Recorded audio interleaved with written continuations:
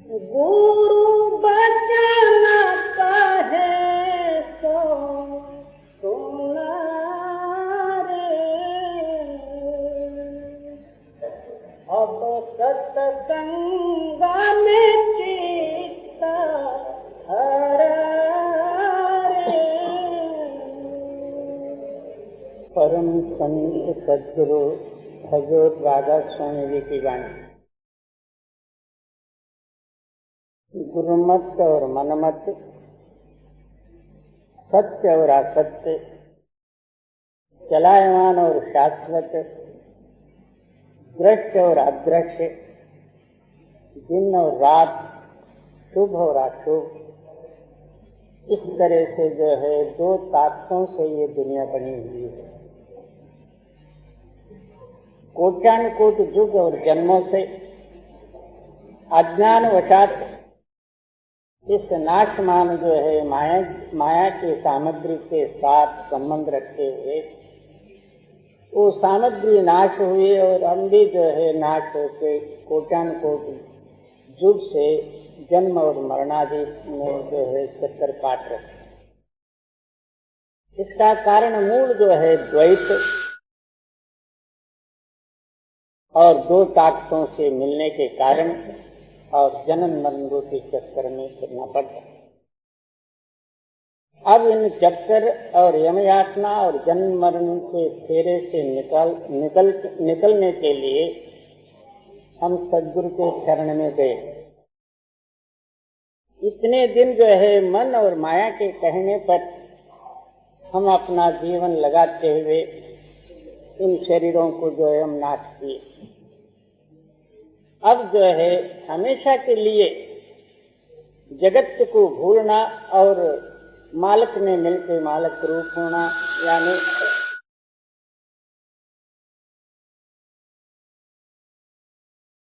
जनन मरण से रहित होना, इसलिए सद्गुरु के शरण में गए। और सद्गुरु का सिद्धांत ये है, आपके अंदर में ही एक स्थायी और अमर ताकत है, उस शक्ति के साथ मिलना है। तब जो है मन की चंचलता दूर होगी, दुनिया का अभिमान दूर होगा, शरीर अभिमान दूर होगी, मैं मेरी और हमें से दूर होगा। तब निश्चल रूपी जो है चैतन्य शक्ति आपके अंदर में प्रकट होगी, आप मुक्त हो जाओगे। इसलिए स्वामी जी महाराज जी सिद्धांत देते हैं, जो सद्गुरु जो कहते हैं उसको यथार्थ अपने हृदय में समझे और उसके अनुसार जो है अपने मन को बनाने का प्रयत्न करे। उस प्रयत्न का नाम ही साधन है और वो साधन का मूल जो है गुरु वाक्य है। जब तक हम गुरु वाक्य के अनुसार चलते नहीं, तब तक हमारा जो कुछ भी किया हुआ जो भजन फिर जो है माया और मन में मिल जाता है। इसलिए गुरु वाक्य ही मंत्र का मूल है। मंत्र मूलो गुरुर्वाक्यम, ध्यान मूलो गुरुर्मूर्ति, मोक्ष मूलो गुरु कृपा। जब जो है गुरु वाक्य हम अपने हृदय में धारण करेंगे, हमारा हृदय जो है साधना रूढ़ होगा। साधन करते करते अंतरी अंधेरा और अज्ञानता दूर होगी, सत्य नाम और चैतन्य प्रकाशित होगा, मन का जो कुछ भी ख्यालात आप ही आप दूर हो जाएंगे, आत्मा मुक्त हो जाएगी। ये सत्य सत्य और साधन है। इसके सिवाय दुनिया में जितने हैं ये सब जो है बुद्धि के विचार हैं, अनुभव सिद्ध नहीं। इसलिए यही एक मुख्य उपाय है। इसको आप यथार्थ अपने हृदय में समझे और उसके अनुसार चलने का प्रयत्न करें। जी। गुरु बचन कहे सो सुना रे, अब सत्संग में चित्त हरा रे। सत्संग का मुख्य तात्पर्य ही वही है। सत्संग नाम केवल कथा सुनने का नहीं, यानी पिछले जो है हो गए सो महात्माओं का हिस्ट्री सुनने से हमारा जो हृदय इतने परे ही प्रकाशित नहीं होगा। हमारी चेतन सत्ता इस जड़ शरीर में व्यापक होते हुए जड़मय हुई है। मन और माया का संबंध है जड़ अवस्था में, और केवल सुनने से ये दूर नहीं होगा। इसलिए जो है अहोरात्र सत्य का संग करते रहे। सत्य का संग का मतलब ये है कि अपना चित्त सत्य के साथ कनेक्शन होता रहे। एक तिल प्यारा बिसरे जानो वर्ष 50। एक तिल मात्र जो है नाम हृदय से भूल जाए, अपने आप को समझे कि मेरा 50 वर्ष जो है नष्ट हो गए। इस तरह जो है सत्य के साथ चित्त को मिलने का नाम जो है सत्संग है। ऐसे सत्संग पर जो है अपना ख्याल जमा दे। जी, तुझे नाम मिला है अजर रे, तू सूरत भारत कर रे। क्या नाम जो है अजर है और अमर है और स्थायी है, और तू केवल जो है अपने ख्याल को उस स्थायी शक्ति के साथ मिलाने का अभ्यास नित्य प्रति करते जा। पहले जो है नाम मिलना ही दुर्लभ है, और नाम मिले तो नित्य प्रति अभ्यास करना ये भी कोई सुलभ नहीं, ये भी बहुत कठिन है। कहत कठिन समझत कठिन साधत कठिन विवेक।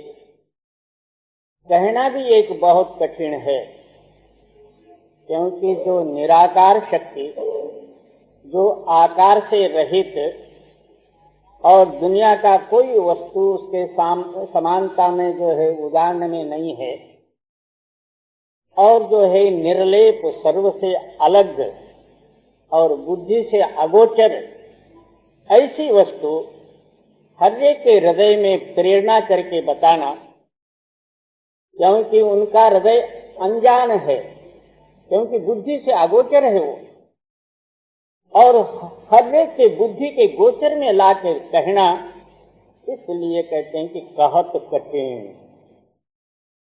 कहीं का एक ले लिया, कहीं का कुछ कह दिया और किसी को लाभ हुआ, कोई किधर गए, इसका कुछ भी प्रमाण नहीं।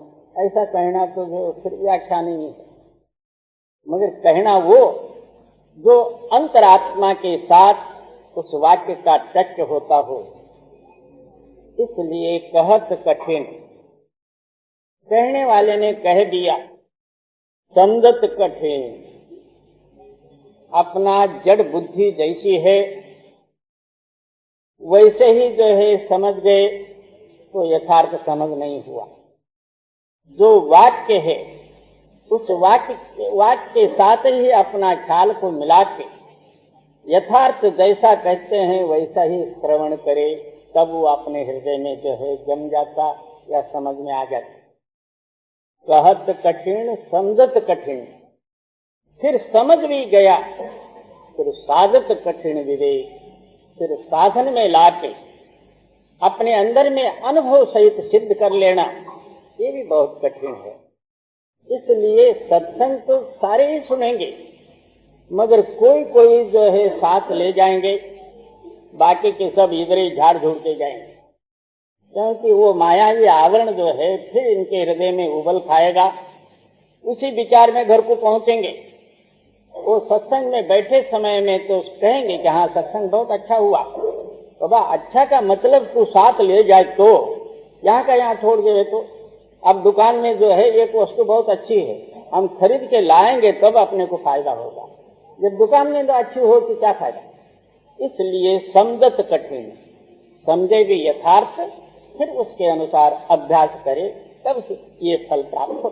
जी, तुझे नाम मिला है अजर रे, तू सूरत संभारत कर रे।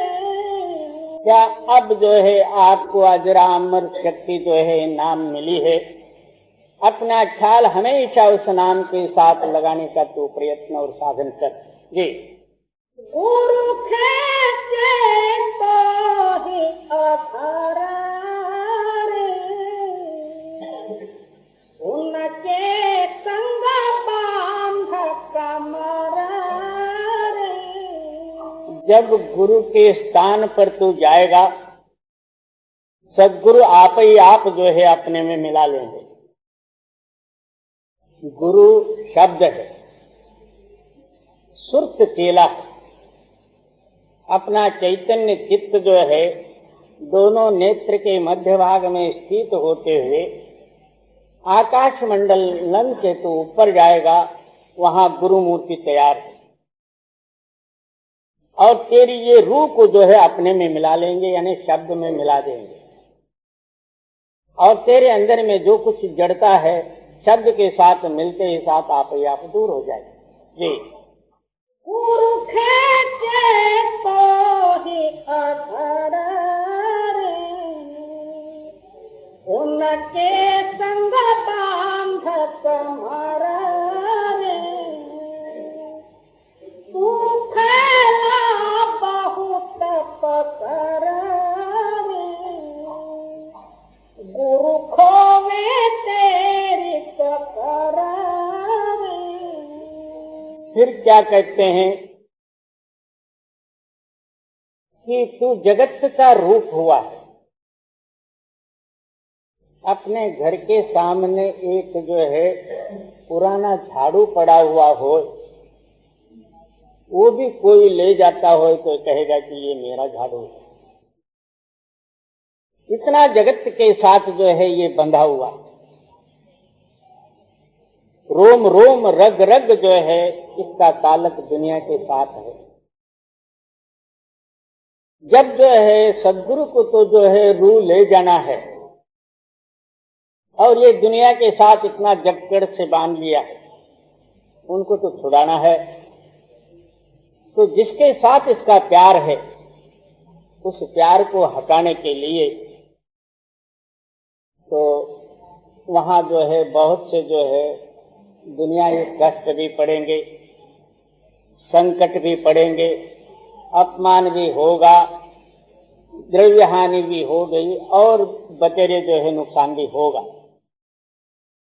तो भी जो है सच्चा जो गुरु का प्यारा होगा वो और भी अच्छा और गुरु कृपा समझते हुए और अंतरात्मा का जो है ये शोधक बनेगा। जब आत्मा के साथ इसका ताल्लुक हो जाएगी तब क्या दुनिया के कितने ही कष्ट पड़े इसको परवाह नहीं रहे। मालिक का नाम क्या है? बेपरवाह। वो किसी परवे में नहीं आया हुआ, वो ला ताल्लुक और बेपरवाह है। अब अपना हृदय को आप टटोल के देख सकते हो। हमारा हृदय जो है दुनिया के साथ इतना ताल्लुक रखा हुआ है, दुनिया की चीजों में इतना परवाही से बंधा हुआ है, उससे निकलना इसको दुश्वार होता। मगर धोबी को तो जो है कपड़ा साफ करना ही है। वो पहले साबुन लगा के देखेगा, इतने पर साफ हुआ तो ठीक है, नहीं तो फिर भट्टी में डालेगा, उबालेगा, फिर उसके ऊपर सोडा वगैरह और चीजें लगा के खूब पीटेगा, तब उसके अंदर से जो है सफेदी निकलेगी। इसी तरह जो है सद्गुरु भी एक धोबी है और हमारा मन रूपी मलिन कपड़ा है। वो किस तरह से साफ होता वो सब तरीका सोचेंगे और उसको जो बराबर करेंगे। ये और तू फैला बहुत पकड़ रे, गुरु खोवे तेरी टकर रे, और मारे काल पकड़ रे, फिर खोवे कभी अकड़ रे। अब इतने पर ही नहीं छोड़ते, इसको तो जो है काल शक्ति से अलग करके मालक में मिला के मालक रूप बनाना है। बहुत से लोगों का जो है समझ होता है कि काल नाम मरने का। मरने के बाद बहुत से लोग यही कहते हैं कि वो कालाधीन हुआ, यानी जो समय के अधीन हुआ। मरने का नाम ये कालाधीन कहते हैं, वो भी एक तरह से ठीक ही है, मगर सच्चा काल जो है रोज हमारे साथ ही है। हमारा जीवन काल के अंडर में ही चल रहा। काल के जो है समय के दिन और रात, इन दोनों समय में 3 अवस्था है, जागृत, स्वप्न और सुषुप्ति। 12 घंटे तो जो है जागृत अवस्था में गया, लेना देना खाना पीना जगत व्यवहार में 12 घंटे गया। इस 12 घंटे में यानी जागृत अवस्था में सुबह से लेकर शाम तक कितना झूठ मारते हैं, इसका कोई हिसाब ही नहीं। बहुत से लोगों का उसी झूठ पर ही जीवन रहता है, उस झूठ को ही उन्होंने सच मान के कर लेते हैं। ये भी पता नहीं होता है कि मैं झूठ कर रहा हूं, पाप कर रहा हूं, ये कुछ ख्याल नहीं रहता उसको। तो किसी हालत में पैसा मिलने का नाम लाभ है। 12 घंटे जो है इसी झूठ कुपहन में ही गए। अब रात को वही सपना पड़े। किसी किसी को जो है छठे का आंकड़ा आया, क्योंकि दिन भर वही करता, अब उसका नाम मटका पड़ा है कि क्या मालूम जाए। रात को वही सपने पड़ जाते, वो सपने में समय निकल गया। फिर गाढ़ निद्रा, मैं कहां पड़ा हूं, दुनिया कहां है, ये ख्याल ही नहीं रहता। वो घोर अंधकार में लय हो जाता। इस तरह हर एक प्राणी मात्र के ऊपर काल के ये तीनों अवस्था आवरण है। इन तीनों अवस्था लंघे तब चैतन्य अवस्था प्राप्त होगी। वहां ना सूर्य है ना रात है, ना दिन है ना रात है, तो आप ही आप प्रकाशमय जो शक्ति है उसका नाम चैतन्य अवस्था है। इसलिए आप फरमाते हैं कि इन अवस्थाओं को लंघ के ऊपर जाए तब इसके ऊपर का काल आवरण दूर हुआ। और उस टाइम में तेरी अक्कड़ नाम जो है, मैं मेरी, ये भी नहीं रहेगी। मैं हूं तू है, ये सब खटपट नहीं रहेगा। उसके लिए स्वामी जी महाराज जी सिद्धांत देते हैं, क्या फिर खोवे सभी अकड़ गए, तेरा सब अकड़ मैं मेरी निकल जाएगी। क्यों? ये तीनों अवस्था से अलग होके चैतन्य अवस्था में जब तू मिलेगा तब मैं मेरी के लिए अवकाश नहीं रहेगी, तब काल को जीता समझा जी। और मारे काल पकड़ रे, फिर खोवे सभी अकड़ रे। तू सूरत लगा दे जकड़ रे, तेरा मिटे 84 चक्कर रे। अब सदगुरु जीव के साथ कौन सी सहायता और मदद करते हैं उसका वर्णन हुआ। अब शिष्य को जो है बोध करते हुए वर्णन करते हैं, तो अपने ख्याल को सदगुरु का दिया हुआ सत्य नाम के साथ हमेशा जो है जमाए के तू रख, उससे अलग ही न हो। दो ही चाहते हैं, एक भूल है एक जागृति है। जागृत नाम जो है जागने का नहीं, अंतर हृदय में जागृत रहना, उस मालक के नाम से किंचित मात्र अलग न होना, ये जागृत रहना जी। सूरत लगा दे जकड़ रे, तेरा मिटे 84 चक्कर रे। मन माला तेरा मेरा रे, गुरु कुंजी हाथ पकड़ रे। फिर जो है शिष्य के लिए बोध देते हैं, माला नाम जो है सूत और मणियों का नहीं, दुनिया के साथ तेरा मन जो है लगा हुआ है, वो मन को फेर के अंदर में लगा दे। मन जो है दुनिया में दौड़ के न जावे, दुनिया के ख्याल अपने हृदय में न भरे, केवल जो है अंतर्मुख हो के नाम के साथ ही मन लगा रहे, इसका नाम जो है माला फेरना है। जब मन अंदर आ जाए तो अपना सुमरन यथार्थ होगा, जब मन बाहर आए तो सुमरन किसका?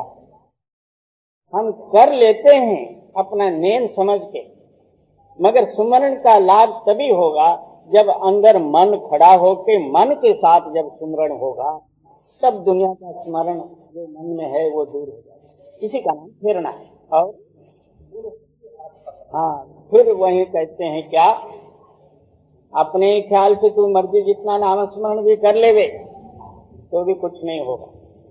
सदगुरु का दिया हुआ जो युक्ति है या दया शक्ति है, उसको साथ लेके जो है तू स्मरण कर, तब मन अंदर खड़ा हो जाएगा, मन के मलिनता दूर हो जाएगी। जी। मन माला फेर मेरा रे, गुरु पूंजी हाथ पकड़ रे, ले अनहद शात खबर रे, घट फोड़ो गगन अपर रे। तब जो है अनहद शब्द या धुन प्रकट होगी। उस धुन के साथ तो ऐसा लक्ष्य लगा दे, धुन रूप हो जाए। मेरे को ये आवाज सुन रही है और ये दिख रहा, ये सब ख्यालों को छोड़ के मैं भी आवाज रूप ही हूं। आवाज रूप होते हुए आवाज को तो सुन, तब क्या होगा, तेरी चेतन सत्ता आकाश मंडल को लंघ के आगे निकल जाएगी, शब्द रूप हो जाएगी। जी। ले अनहद शात खबर रे, घट फोड़ो गगन अपर रे, तू छोड़ बिरह के कर रे, सोना घोर मान कर चला रे। विरह नाम वो है, उससे अलग ही नहीं होना। उस ख्याल के सिवाय दूसरा कोई अपने हृदय में ख्याल ही नहीं आना। दिन रात उसी ख्याल में रहने का नाम जो है विरह। उसी विरह के साथ तो शब्द में मिला रहेगा, तो उसी आवाज के साथ तो मानस सरोवर में यानी 10वें द्वार में पहुंच। जी। कर सुन शिखर पर हर रे, धुन सुनता चल सतपुरा रे। शून्य शिखर है, यानी जो है मानस सरोवर के परे जाके स्थित हो जा। उसके आगे जो है सतलोक से जो सार धुन आ रही है, उसके साथ मिलकर तो अपना देश यानी सतलोक तक पहुंच। जी। तेरा अलख अगम जातर रे, राधा स्वामी धाम अमर रे। उसके आगे जो है अलख और अगम, उसके आगे राधा स्वामी धाम कह दो, अनामी कह दो, अकई लोक कह दो, कुछ भी कह दो, उसका कोई नाम रूप ही नहीं। इस तरह रूह जो है जिस लोक से आई थी अपने स्थान यानी जो है अपना देश पहुंच गई, तब जनन मन से दूर हो गई, काल शक्ति से अलग हो गई। ये यह आरत नितहि कर रे, गुरु करे दया तुझ पर रे। कहते हैं इसका नाम आरती है। आ नाम दुनिया से आना, अंदर सत्य शक्ति के साथ रचना, इसका नाम जो है आरती है। और यही जो है राधा स्वामी जी सिद्धांत देते हैं कि ये आरती नित्य प्रति तू कर, तब सदगुरु की कृपा द्वारा जो है तू मुक्त हो जाता है। यह आरत नित्य ही